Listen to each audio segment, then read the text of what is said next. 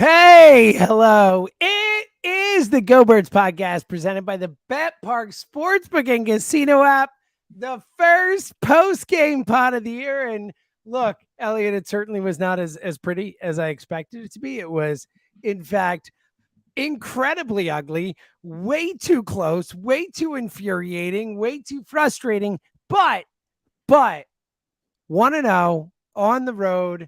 They covered, which is hilarious. It's what great teams do. Yes, exactly.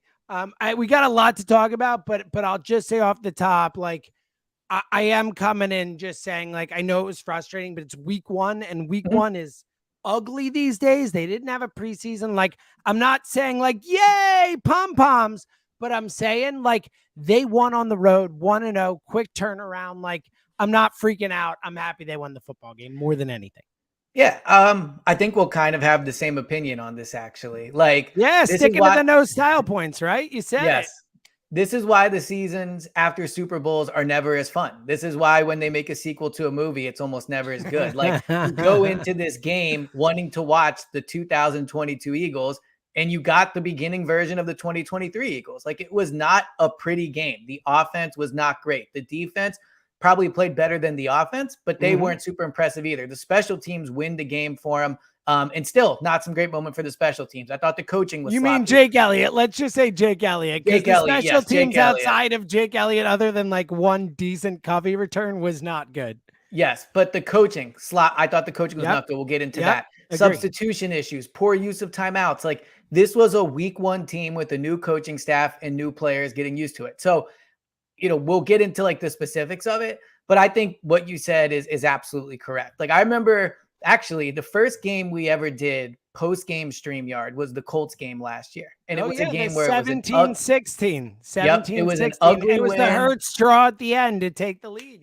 Yep. It was an ugly win. People were frustrated. It wasn't good, but we sat there and we said, like, it's an important win. And how many games did they end up getting the number one seed by? Like, one game, right? Yeah, so right. Every single game matters. This is not a style point game. Of course, I'm sure fans wanted them to come out and look like the team last year, throwing the ball down the field, sacking the quarterback. In the beginning, it looked like that with Slay. I thought Hertz first throw. Yeah, Hertz throw to Devontae was really good. But this is what it is coming off a Super Bowl. Like, it's just going to be really hard to meet expectations, especially early on. So ultimately, I think they should leave New England. I am not there, as maybe we'll talk about in a second. Adventurous last 24 hours. But they should leave New England just excited they have a win. There's things to work on. It's a short week in Minnesota. But when we get to that stretch of Dallas, Seattle, San Francisco, Buffalo, like those games, Kansas City, this game counts just as much as those games in a lot of ways, right? I know there's division, conference tiebreakers and whatnot. But later on in the season, if they go through a rough stretch, this game will really matter in their ultimate goal of getting the one seed. Like, that's what this whole regular season is about. And today was a step in the right direction for that. So I understand fans that were frustrated. Trust me, people on Twitter were not happy. My friends texting me were not happy. But it's a win, and it's going to count exactly the same as the other 16 games they'll play this year. It's such a great point. And you're right. We expected the juggernaut we saw last year just come in ready to roll. They didn't have a preseason. There are a ton of new pieces on defense, 2 new coordinators. They were sloppy. They look like that. They also look like a team that knew they had a game coming up on Thursday night. They were super conservative from a play calling perspective. Like, there are so many things you can point to, but how quickly we forget. Like, yes, last year the offense looked better against Detroit, but they almost blew that game at the end. If we forget it, let's go back to, I don't know, the time they won the Super Bowl, start the season 1-1. The second game, everyone's freaking out. They were talking about Doug's job because they're not running the ball. The third game, they maybe only win because Jake Elliott is a superhero. See today with a 61-yarder, and then they're off and running. Like the early part of the season, I think we have to adjust. I say this. This is one of the things that I say every freaking year, and I know it's super hard when we're waiting all off season to get football, especially when we don't get anything in the preseason anymore. It's super hard to not overreact, especially when there are so few games. And look, sometimes I do think it's fair to overreact. Sometimes I do think there are things you can see. I enjoy overreacting. I think it's fair. It's part of the roller coaster. It's part of being a fan. Like, I'll never shame anybody for overreacting. Exactly. Especially when we're waiting all off season too. Yes. But like, ultimately the first month of the season is about kind of getting the team tight, getting things going. And we've seen that time and time again. And also, I mean, look at how many teams around the league that we thought were going to be really good got, lost or Seattle got blown out by LA. Yes. The Cincinnati. Bengals got blown out by the Browns. Like, those are two teams that were theoretical Super Bowl contenders, are theoretical Super Bowl contenders. Still are, So, yeah. yeah, exactly. That's my point. So, I just look, it was ugly, and we'll get into it all. And there were very frustrating things about it. But on the whole, to your point, man, if you want to win the Super Bowl, you have to win games like this on the road again against the greatest defensive coordinator of all time. Yes, the great defensive coordinator. With a ton of time to prepare. That whole adage, it's for a reason.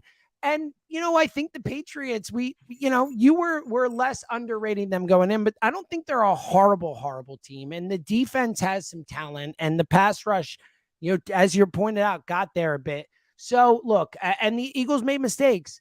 Ultimately, it's an ugly win. It's not what you see to start the season, but I'm happy they won the football game compared to what else happened.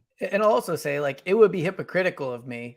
All offseason, I said I thought this was a tough game. I thought it was a tough spot. It rained more than I expected going into the game. It looked gross. It looked like they were worried about footing a lot, and the guys were kind of 100%. playing tentatively almost, especially early on. Look at us just talking about a slippery field again and why it impacted the pass rush, right? Some things never change, yes. It's dude, the holding non-call on that last 4th down and 2, that was a clear defensive holding, and they didn't call it. And it's okay, it was just eerie, Yeah, I just on the broadcast, you're going from Andy Reid to Bill Belichick, whatever you say about him, 2 of the 4 to 5 greatest coaches of all time. There's a lot of weird parallels. Brady in the building, Mahomes in the building. It was kind of weird, Yeah. So when we were talking about the Lions win over the Chiefs, and we can debate how impressive a win it is. I know they didn't have all those people. I thought the Lions win was a big boy win. I don't think this is a big boy win by the Eagles. This is not a win where you just go, no matter what, that's an impressive win. But there are impressive components to it. Again, week 1, unfamiliar opponent on the road, raining, a team that's having the Tom Brady celebration, a team that still has hope and belief, new coaching staff versus your old coaching staff. Didn't play your best game. The offense looked terrible. The defense, I thought, gave up plays that they shouldn't give up. The special teams, Jake Elliott aside, once again, and Britton Covey, shout out Britton Covey, he had a very good return. That also was not impressive. But they still come out with the win. This is, this is what the Eagles are now. This version of the Eagles, this era of the Eagles is an Eagles team that does not have to play their best football to come out with a win, right? The Bengals won. Good point. The Browns won today. They had to play their best version to win that game. The Patriots probably had to play their best version of their game just to keep it competitive with the Eagles. I would say the Eagles played a C- version of their game, if not, frankly, a D. If you take away the special teams and just look at coaching, offense, and defense, I thought they lost at the line of scrimmage. I thought you could argue they were outcoached, and they still won. So, I don't think they're going to win the Super Bowl playing like this. I don't think they're going to, frankly, make the playoffs if they play like this. But for today, it was an impressive win. Now we can get into the things that probably have people very frustrated. Yeah. And again, I will harp on it. The first month of the season, it's going to have growing pains. It's going to take teams time to get it together, especially a team that didn't play in the preseason. And look, I'll also say, I think going up 16-0 early and kind of feeling like you were clearly the better roster, I think they maybe turtled up a bit from and we'll get to the play calling, but just an overall perspective. Was a bit of a mirage. Well, especially knowing you've got the Vikings on Thursday night. You have a game coming up on Thursday night. It is a bit of a different mentality when you're playing that 4:25 game on a Sunday, knowing you got to go home and get ready for another game immediately. So that's beside the point. When it was 16-0 and it was raining, I was watching the first. Yeah, well, you texted us over in our text. What was? Everyone in Go Birds Nation needs to know that Elliot needs to stop texting over to me and Fritz, because whenever he does, I even said him, whenever you do that, the team comes back. Yes. Lo and behold, they did. They did. But I said to Ike Reese and Jack were there. By the way, shout out to Ike Reese on the call of the Darius Slay picks. Oh, yes. He was calling it all week. Great call. Yes, great call by him. I said when it was 16-0, it was raining, I was like, I would maybe take Hertz out. That's how over I thought it was. And that's how bad I thought the Patriots looked on offense. So, yeah, I mean, they jump up right away. really probably the only like 9 enjoyable minutes of the game. Like that beginning part for fans was probably very exciting. Yeah, well, that After that, it first was a drive complete was slugfest. nice, even though it ended in a field goal. It was a nice drive. They moved the ball, like Mhm. Gainwell looked good, like all that stuff. All right, let's get into it. Let's start with the really, I think the biggest disaster of the entire weekend. Your plane flight your plane, your flight, your both Yes. your plane and your flight getting canceled, unable to find another plane. So that's the beauty of it. That's why we're right now on I was gonna say, YouTube should we hold immediately that after the for the game. Like end? But impossible. yeah. Yeah, let's get to the end. But for those who don't know, the reason Elliot's here is because his flights got My canceled. flights But we'll got get to canceled. that. We'll Yes. get to it all. All right.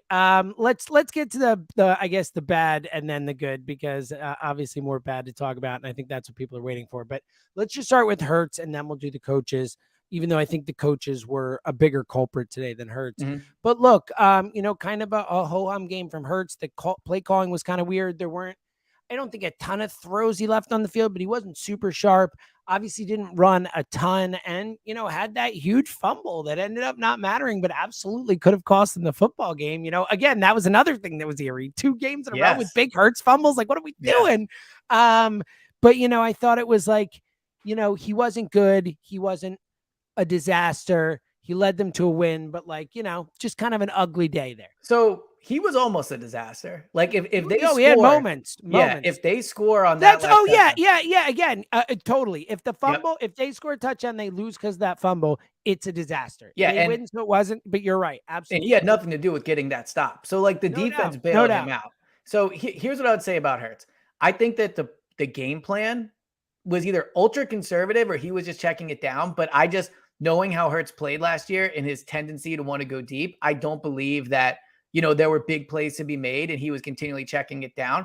But the fumble, like, let's just start with that. The fumble is unacceptable. If we're going to spend all offseason saying he's a top 3 guy, he should really be top 2. This is why he got paid. He's a difference maker. He's MVP, all those things. That's a massive, massive mistake. Like, that is potentially a mistake that costs you the number 1 seed if they lose this game and they end up one game down and they lose a game they should have won. And I think what makes it unacceptable is how he got hit. Like, credit to the defense for making the play, but you never see Hertz take those type of hits. Like, that's probably the roughest hit I've seen Hertz take in a regular season game. I know So he got you're drilled. saying allowing himself to be put in there, because I can understand how the ball came out with a helmet. No, I'm on saying the ball allowing like himself to get hit like Yeah, I that got standing you. up. That's the Yeah, point. he was Like, going for the first down, but I get what you're saying. yeah, that's like something Carson would do, right? Like, that's how you get hurt. That's how you fumble the ball. Mhm. I thought it was for somebody that is always so smart at the end of runs to take that type of hit. I was very, very surprised he did it. So that play was like unacceptable. So if I'm going to grade Jalen, frankly, I think he's like a D+. I'll give him a C- because he got the win. Look, I agree that Like, and I'm docking him heavily for the fumble. I think Jalen would be on you, but I think look, it's a really bad play. But I think that, look, it was a gross game out there. He's trying to get a huge first down there. It's in traffic. He's like kind of dodging and weaving, and he gets popped, the helmet right on the ball. It is, I agree that it is unacceptable. Like, that's a bad fumble. But at the same time, like, I'm not, I don't think it's something where it's like, I think it was like the worst decision making ever. I think sometimes football happens, man. Sometimes you're trying to get first down. You kind of, your vision is a little clogged because it's a clog lane there, and someone kind of gets on you and is able to get a helmet on a ball and it pops out. Like, again, it's not okay. I agree with that. I'm not excusing it, but I think you're going a little far with the criticism. And honestly, I might be. I'm just saying, for a guy that's supposed to be MVP, like, I'm grading him at an ultra high level. Like, I am being very critical of any mistakes because, frankly, like, he's not supposed to make mistakes. And I know he's going to, and I'm not saying that to that extreme. I'm just saying, like, to fumble the ball in that spot particularly. If it was the first quarter, like, then maybe you can say, you know what, it's really raining and all that. The one thing they couldn't do on that drive I hated the play call there too. I hated the play call too. Yeah. So let's get to that. So I think we agree. We agree generally Jalen was not good today, but I think we disagreed to a certain level on the extremity of how bad the fumble was. But I'm certainly not arguing it wasn't a bad fumble. But look, I think Jalen had some good throws, some important throws, and the throw to Devontae for the touchdown was a really good throw. Yep. Beautiful on the run in a perfect spot. But I agree. I would give him like a C or a C-. I'm not saying he was great today. And I gave him a C-. I would maybe give him a C because they won. He won. But I think the coaching was way worse. And I know that the coordinator is going to be an issue, and let's get into it. And I think obviously Brian Johnson and Sirianni get more blame today than Desai. Ultimately, the defense did bail them out. And I think the defense was on the field a lot, and that could have accounted for some of their lapses in the second quarter and stuff like that. But I do think that, and look, ultimately the defense made plays when they had to more than the offense did. You know, the offense struggled more, like flat out, but they were also facing a probably a worse opponent. You know, the Pats offense worse than the Pats defense, even with the injuries they had. But ultimately, you know, I think like on the whole, the sloppy play, the substitution issues, it seemed like the you know, just seemingly unprepared for certain things defensively and the offensively, it was just an unbelievably conservative game plan for that second quarter. When they were up, it felt like it was like, there's like, all right, let's pack it up and go home right now. It was basically, they were like, yeah, let's take Hertz out, but leave him in the game, but still take him out. Like, that's what it felt like. It was unbelievable. Once they started throwing the ball to AJ, they started moving the ball a little bit and stuff. And then Devontae. So I know Goddard not involved at all. And I know Hertz missed some spots there. You know, we saw it in the broadcast, but you know, on the whole, I thought, you know, Sirianni, from having the team ready to play and not sloppy and, you know, coaching from ahead and philosophical going. And again, I thought going for it 4th and 2 was a mistake at the end there. I would have punted that and pushed him in a second. I thought that was the worst call of the game. That's almost as bad as a fumble from a call perspective. So my point being, on the whole, I thought Brian Johnson and Sirianni a very, very bad day. And I thought of the two, you know, heads of the whatever snake you want to, snake's not the right term, but you know, the two heads of the, it's so funny. I was literally thinking eagle, of that exact because that's a phrase, but like yes. two heads of the eagle, let's say, in Sirianni and Hertz. I'm actually blaming Sirianni more. I would give him like a D today, that where if I were giving Hertz a C. Yeah. So you touched on a lot there. I do want to get into the fourth down call a little bit more, but let me talk about the coaching first.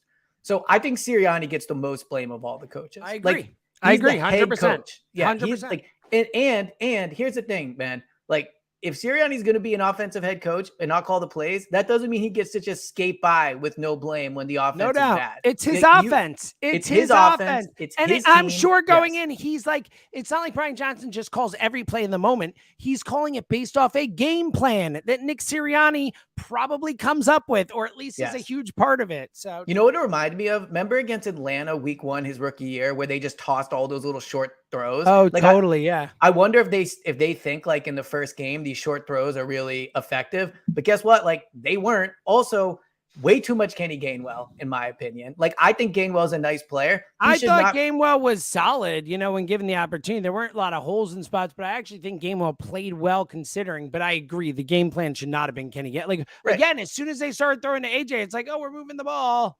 Like, where's Goddard? Run some plays for Goddard. Like, what are we doing?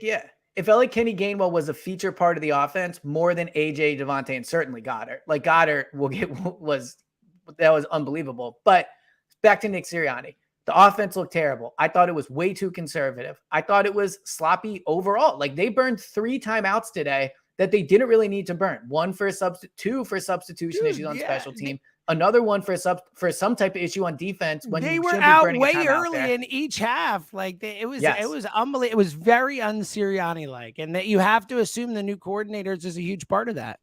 Yes. So I think the sloppiness goes on Sirianni, the offense goes on Sirianni, the conservative style goes on Sirianni. But then also, like, this also falls on Brian Johnson. Like, Brian Johnson was his first. And I think that's the one thing. Like, if you're a fan that is like really worried about this and sitting there and going, this was an extremely concerning performance.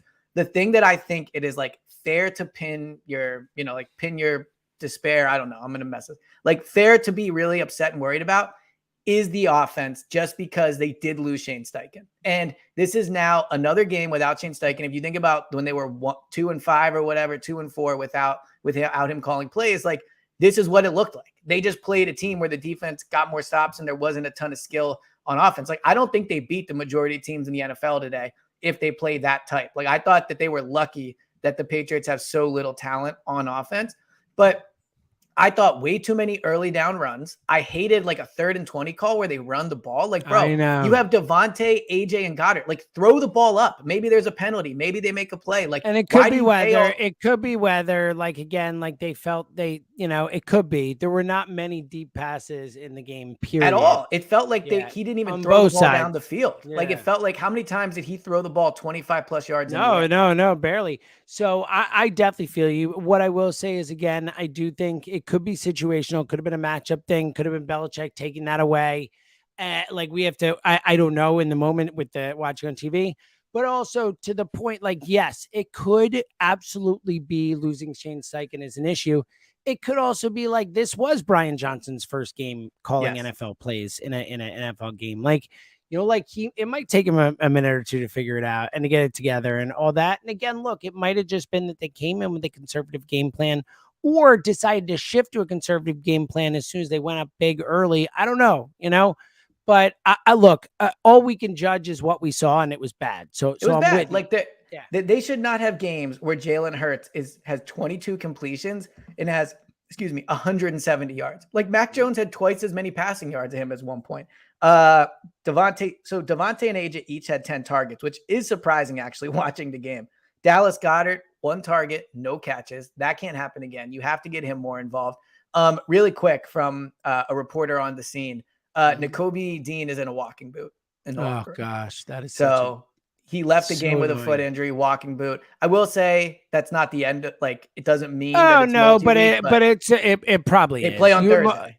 So, well, he won't be playing the Vikings game. And look, historically, and I'm sure it'll back this up, covering the team, like a walking boot is usually like more week to week than day to day. But walking boot, in my opinion, normally means again, like, 4, 5, 6 weeks. That's week to week. That's how they do the day to day. Could be like a week or two. Week to week is like a month or whatever. Yeah, broken foot or got. I'm with you. Knock on wood, because like he wasn't great, but it felt like he was around the ball a lot. Yeah, I agree. I thought he made some nice plays against the run. He didn't really stand out from like splash play to go back to training camp. So last thing on the coaching with the offense. Yeah. Yes. I know it's Bill Belichick. I know there's talent on that defense. And I do like, this was going to be a tough game to score points. The weather, all those things. There's just too much talent on that offense on 3rd and 20 to make those type of play calls. And 100% agree. I just think Kenny Gainwell was too involved. Like, where's DeAndre Swift? We didn't talk about the fact Penny is inactive. I'm not a huge Penny guy, but I don't think Gainwell is so much better than these other running backs that he should be the feature guy. I didn't think he made any special plays today. Like, there were no plays where I was like, Kenny Gainwell created that play. I didn't see him get yards after contact. I feel like he didn't make something out of nothing. So I thought there was way too much Kenny Gainwell early on. And I didn't like how much it felt like on early downs, they both handed the ball off or just did a short pass. Like, this offense and this team was special last year because they were aggressive on offense, big plays. And it felt like they didn't give their best players a chance to make those big plays today. Look, I agree with you. I will say, look, I think there was too much Gainwell featured, but I think Gainwell was pretty solid with the opportunities he got given the situations. He was fine. And look, they're the ones seeing these guys every day. Like, Rashad Penny might not be better than Kenny Gainwell. Like, that is possible. I agree. DeAndre Swift might not be. He's more talented. He might not be better than Kenny Gainwell for what they want that running back to do. We talked about the Swift thing with the bouncing outside. Like, maybe he isn't doing what they need him to do. We don't know. Or maybe that, I don't know. But I think the play calling was the issue more than Gainwell was the issue. Mm-hmm. And maybe it's a talent issue at that position or an issue fitting guys into what they want them to do. But look, I feel you. And ultimately, again, I'm not trying to defend Sirianni or Johnson. I think they had a really bad day and there's no way around it. And again, I think that 4th and 2 call, we can't talk about that enough. I think that was a disaster. And I know that it should have been a holding call. They should have gotten the first down. The game should have been over, but like punt the ball there. Like, I appreciate being aggressive. That was dumb. Like, there's a difference between aggressive and dumb, and that was dumb. So I'll put hands up, Donovan Chestpat. I tweeted that they should have punted. I'll be completely honest. I thought they were on their own 44 and not the opponent's 44. I am okay with that in that situation. Like, I would have punted it. I look, again, I'm not saying it's the worst call ever. You punt there. Like, play it freaking smart, man. So, like, they need 5 points. Let me say why I am okay with the call in some ways. Like, we agree Siposs is not a great punter. So the chance that they're going to get pinned there are probably pretty slim. You're talking about 24 yards at that point, where at the, if you punt it into the end zone, it's likely, whatever, you're probably not getting him at the 8 or 9 yard line. I would be surprised. But also, it is 2 yards. You do have all that talent. You're on your own side of the field. Like, I hated it less when and again, Dom and chest pat on me, when I realized that they were at their own 40, the Patriots 44. I probably would have punted if it was me on the sideline, but this is what Sirianni is, like he takes those type of risks that analytics, I can't say for sure in this instance told them to, but I would guess like he's making a decision based off of those type of things. So I was actually okay with the punt overall, but it almost lost them the game too. So I can see both sides to it. Yeah, I still don't like it, but again, I'm not saying it's the worst call ever, but I did not like it in that spot. It was a long 2. It was almost like 3, it looked like. All right, let's get to some positive stuff, because there were positives. That's where I'm going, buddy. I got you, pal. Well, I don't know if it's a positive. That's why. And look, we'll get obviously into more later in the week. As we react, we'll get the pod up quickly for tonight and all that. All right, let's get to some positives from the game. Obviously, the defense with some big plays, the Slay pick. I mean, Jalen Carter, as advertised, he was a force whenever he was in the game. My guy, Jordan Davis, looked all right, making some plays out there. We talked about Nakobe before getting hurt. Reed Blankenship, I thought, had a really good game for the most part. Obviously, they had some lapses back there in the secondary, but, on the whole, I think they didn't get home enough, obviously. But I thought on the whole, the defense, you saw the talent out there on the defense. So people seemed very mad at the defense, and I understand that one touchdown drive they gave up was really bad. Like the big play to Ramondre Stevenson. And they gave up some like 3rd and long and 4th down conversions that were bad. Yeah. But overall, I didn't think the defense was terrible. They ended up giving up 20 points. They score 7 points, so they're kind of a net of 13 points. I thought they played better than the offense for sure. Now, you could argue going up against that offense with those skill position players, that 20 points is probably right on the edge of what you want to give up. I think the over under for the Patriots was like 20.5 actually. So they're like right on there. Vegas, they were pretty on point with this. With the 30, we're like, why is it 3.5, 4, 4.5? And then it's like, and it was 5. Yep. Yeah. I think the over under it was. The over under was 45. All right. It was 45. All right. So they nailed that one. Like Vegas had this game freaking pegged. So I thought that shout out to Bet Parks. Go and just, they nailed that one. Yeah. The defense as a whole, like in the whole performance, I thought was fine. Like they have the pick 6, they get stops when they need them. Like the Patriots penalties helped a little bit on that drive where they were going in, and the Patriots get back-to-back penalties. So they got bailed out somewhat. I thought there were some drop passes, but ultimately you give up 20 points. I can't sit here after 2 years of defending Gannon and say 20 points is acceptable. And then, so 20 points is 20 points. But I did not think the pass rush was good. I thought it was mostly non-existent for the whole game. And again, if you want to talk about like big picture problems, the Patriots felt they could exploit the middle of the defense, and they absolutely did. Like they absolutely just went over the middle time and time again, moved the ball up and down the field. They did it in the red zone. They did it in the middle of the field. They did it to get drives going. And if Nakobe's going to be hurt, so I guess Christian Ellis will probably go in, but the middle of the field, like that's the concern we had about the defense it's a really all fair offseason. Point. So I think if on the offense, you're kind of like in 6 weeks, we're still talking about this as an issue, is going to be the coaching with the loss of Steichen. I think on defense, like I didn't think Desai had a bad game. I didn't think guys were wide open. I didn't think, I don't think it's really like a Desai to have a take on Desai game. I think the take is the middle of the defense was bad. And that is a long-term concern for this defense potentially, because that is where the personnel is at its weakest. Yeah. And look, Sidney Brown, you hope that he can turn into someone who can help you there. Blankenship, I think is getting better and growing. And again, I do think that the D-line, while it wasn't a great game, I thought it was partially just they got rid of the ball quickly. There was, screen passes, all kinds of stuff, but I thought the defense line, we at least saw some talent flash on the defense. At the end, Jalen Carter just plays, and I get you can scheme away defensive line, but that Patriots offensive line is really bad. Yeah. Well, and they were hurt. Yeah. And they were banged up. Exactly. So I agree with you. Like, and this is kind of what we talked about in the Super Bowl a little bit, where like, yes, the field was a factor to an extent, but when you can coach out of it. And when you have Mahomes and Andy, that's an extreme example. I just don't think this line Like they should have gotten more pressure, point blank period. Like they should have gotten more pressure. I agree. But again, the field, I agree. Look, I'm not excusing it. Again, I just think that for the most part, like I don't think the defensive line played a bad game today. Like I think they were fine. I don't think I think they were great. Disappointing. Like you can argue bad or good. And again, we're talking about a defense that has 5 new starters, so I'm with you, but I fall back. I feel like we said at the top, we're not going to be like, we have a more positive tint, and then it's like very negative sounding.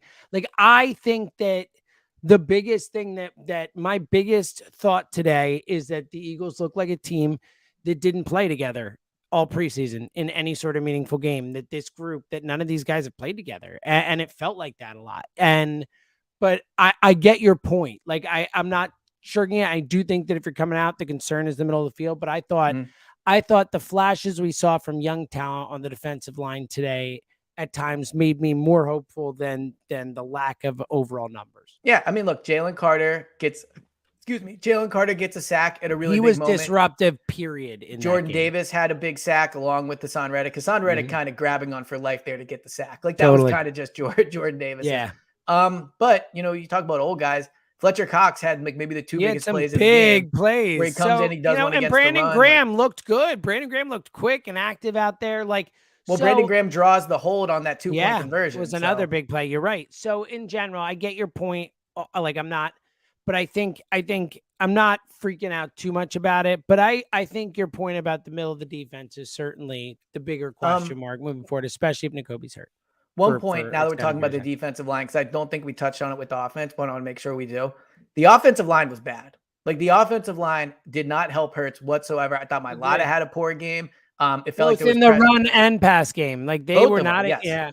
And so, like, for the Eagles to win this game, where you could argue they might have gotten outplayed on both sides of the line of scrimmage, where I think the Patriots offense probably outplayed the Eagles defensive line, and I think the Eagles offensive line was outplayed by the Patriots defensive line. To still win that game is, again, impressive, and it kind of like speaks to just eking out a win, and that's what great teams do. But I thought, again, another big picture concern is like Mailata was not good. And this is not just one game of like where he's been outstanding for 3 straight years. He was not great last year. He has a relatively small sample size of being great, and he was not good today. And if you have a bad left tackle, and I'm not saying he's bad, but if you have a left tackle that's an issue in pass protection, that's a massive issue in this league. So I thought protection was bad. Jalen at times I thought held on to it maybe a little bit, but I thought like Jalen had to move out of the pocket quite a bit and very rarely had a clean pocket to work with. Yeah, I agree. But look, also a good pass defense. We talked about that. They have a good pass. They have a good pass rush. Really good pass rush. And again, like, I'll go back to like Jordan Mailata didn't play in the preseason. None of these guys did. I'm with you. Like, I think if we're coming out, you could say, like, when you look at the offense, what are potential concerns? You can absolutely say Jordan Mailata, particularly as a pass blocker, is a concern. I'm not looking at today and saying, oh no, what from that perspective. If I'm looking at today, I'm saying the coaching was bad. They didn't play great. They weren't sharp. They played sloppy. And I think you could point a lot to having 2 new coordinators, having a bunch of new pieces on defense, and, ultimately kind of a ugly, sloppy feeling football game and getting a big lead and kind of not having it. Football, I think we talk about this a lot. Football is a game of emotion. Football is a game about wanting it, about needing it, about going out and wanting to beat the crap out of the dude in front of you. And you go up 16-0, you kind of feel like you got it. Like, it's human nature sometimes. Like, I just to let up. So I get your points. I'm not freaking out about it. Yeah. Well, look, I'm not freaking out about it. I think that, but I mean, I can't say I'm like concerned yet. So I think that week 1 is in a lot of ways, like, you don't know what the issues are yet, but you can get a look at what the issues might be. Like, the offensive line will probably end up being okay, but you just make a little note, like, Mailata wasn't great, right? You don't know if the defensive line is going to have trouble getting pressure. I'd be very surprised if all year that was a problem, but it's a note. The middle of the defense, a note. The conservative play calling, a note. Like, these are the things now against Minnesota, and it's crazy it's such a short week, that we're going to look for. Like, if the offensive line is bad again, then you look and go, all right, this is now 2 games and the only 2 games. So, I think that those were just the things that stood out to me as like potential issues down the road, or things that could blossom into bigger issues for this team. All right. That's all I got. You got anything else you want to touch on before we get out of here and I can go to bed? Look, I think we talked about Jake Elliott, but we should probably give him like yeah, another. what a stud. You're so right. Yeah. Shout out to that dude. Like, what a monster. And the doink going our way, that was shocking. But 250+ yarders. That last one, so the last two really so big to make it 5-8 and 8-11. And obviously it became 5 again. But just dude was a stud today. I mean, he was Jake. Like, if you're giving out like one game ball for today, Jake Elliott should get it. How about that? It's worth mentioning, like, he is part of the special teams. Like, if we're gonna rip Michael Clay and all these things, and I'm not saying Michael Clay is like a huge deal, but like, come on, that's not. It is part of it. Snap and kick it. Come on, man. I'm just saying. I'm not saying Michael Clay deserves credit. I'm saying if we're going to rip the Eagles special teams, we should remember that they are probably the main reason they won this game. I get it, but it's Jake Elliott is the main reason they won. Yeah, and look, someone in the commenter, I think we brought this up, but it's a good point. 2 cases of 10 men on the field. Like, the special teams had issues for sure. Yeah, I'm just saying. Long returns against Samoa. Like, I think you're trying to like. No, the special teams are still an issue, but they also probably it's semantics. Like, but they're probably the unit that won them. Jake Elliott is awesome. Yes, yes, Jake Elliott won them the game. I don't like. I think that you could put Jake Elliott behind any field goal unit in the league, and he would have won them the game today. Do you know what I mean? Like, maybe I agree with Aaron Siposs and his holder that he desperately needs. But the point being, like, Siposs, it wasn't like fumbling. It wasn't like great blocks, and it wasn't great whatever. I think that Jake Elliott deserves the credit. I think otherwise it's just semantics. I get what you're doing, but I disagree with it. With the bobbled kick. I know, the extra point. I know. Well, no, the punt. Remember, like, he got the punt, the bobbles in and out of his hands, and they get a flag because of that. Classic. So it was just my overall final thought would just be like, it was just a sloppy game. Like, it's what they were in training camp, like substitution issues, like pre-snap penalties. Like, we brought it up a ton because I think it's one of the most important things that's happened over the last 6 weeks. Sirianni yelling at them and saying pre-snap penalties is how we're going to lose to bad teams. Like, sloppiness is how we're going to lose to bad teams. He ripped them for the fumbles in training camp. They have a fumble today. Ripped them for the pre-snap penalties, had pre-snap penalties. Ripped them for substitution issues, had substitution issues. So what I saw in training camp made its way to week 1. It's only week 1, raining, all those things. But, and this coaching staff is good at fixing problems, but ultimately, like it was what I saw in training camp. And when you consider like a Super Bowl hangover, a lot of teams that come off losing the Super Bowl don't win their first game. A lot of teams that don't play in the preseason don't win their first game. So they were able to do it. But I think you saw why it's so hard to repeat as conference champions and get back to the championship. Like, it's just a hard thing to do. I get your point. I think partially, maybe it could be, but I think it also could be that they just didn't have a preseason and they didn't play together and stuff. Like, I think and it's on the road and it was rainy and gross and they got out to a big lead. Like, I just think that I don't think you can make a definitive statement about today is my point. I think it's all that matters. The important thing, the only thing we could say today for sure is they won the game, and that's huge. But, like, I think to your point, I think you said it best when you said before, where I don't think there's a big takeaway that we can take away from today, other than maybe Nakobe Dean missing time because the injury, like an injury. Yeah. I think but what you can say is you can look at things and say that could be an issue moving forward. And I think that's fair. So I don't think you could say you're seeing the Super Bowl hangover thing yet, but I think you could say, like, maybe it's possible. And look, I think Thursday night's going to be interesting against a Vikings team that is going to come in, obviously needing a win after losing to the freaking Bucks. Another one. Yeah, Thursday's going to be a tough game. Might just be bad. The Vikings might just suck. The Eagles might roll. So it'll be fascinating. All right. We will be back later in the week. Obviously, multiple pods. We'll talk some more about, the thoughts of this game as we get a little further from it, and then looking ahead to a game quickly coming up, and obviously Bet Parks pod and all that. You got any final thoughts, pal?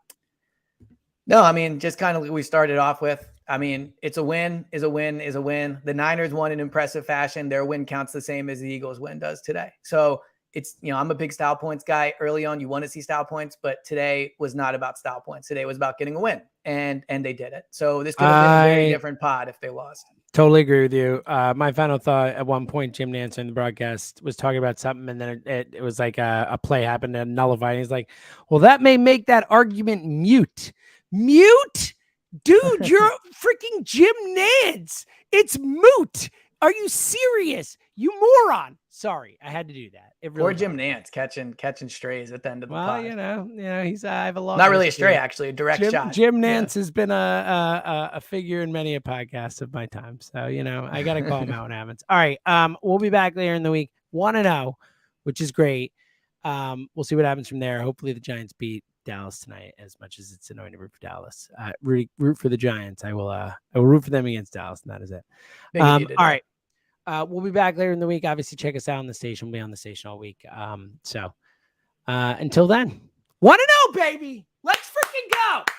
He's out of James.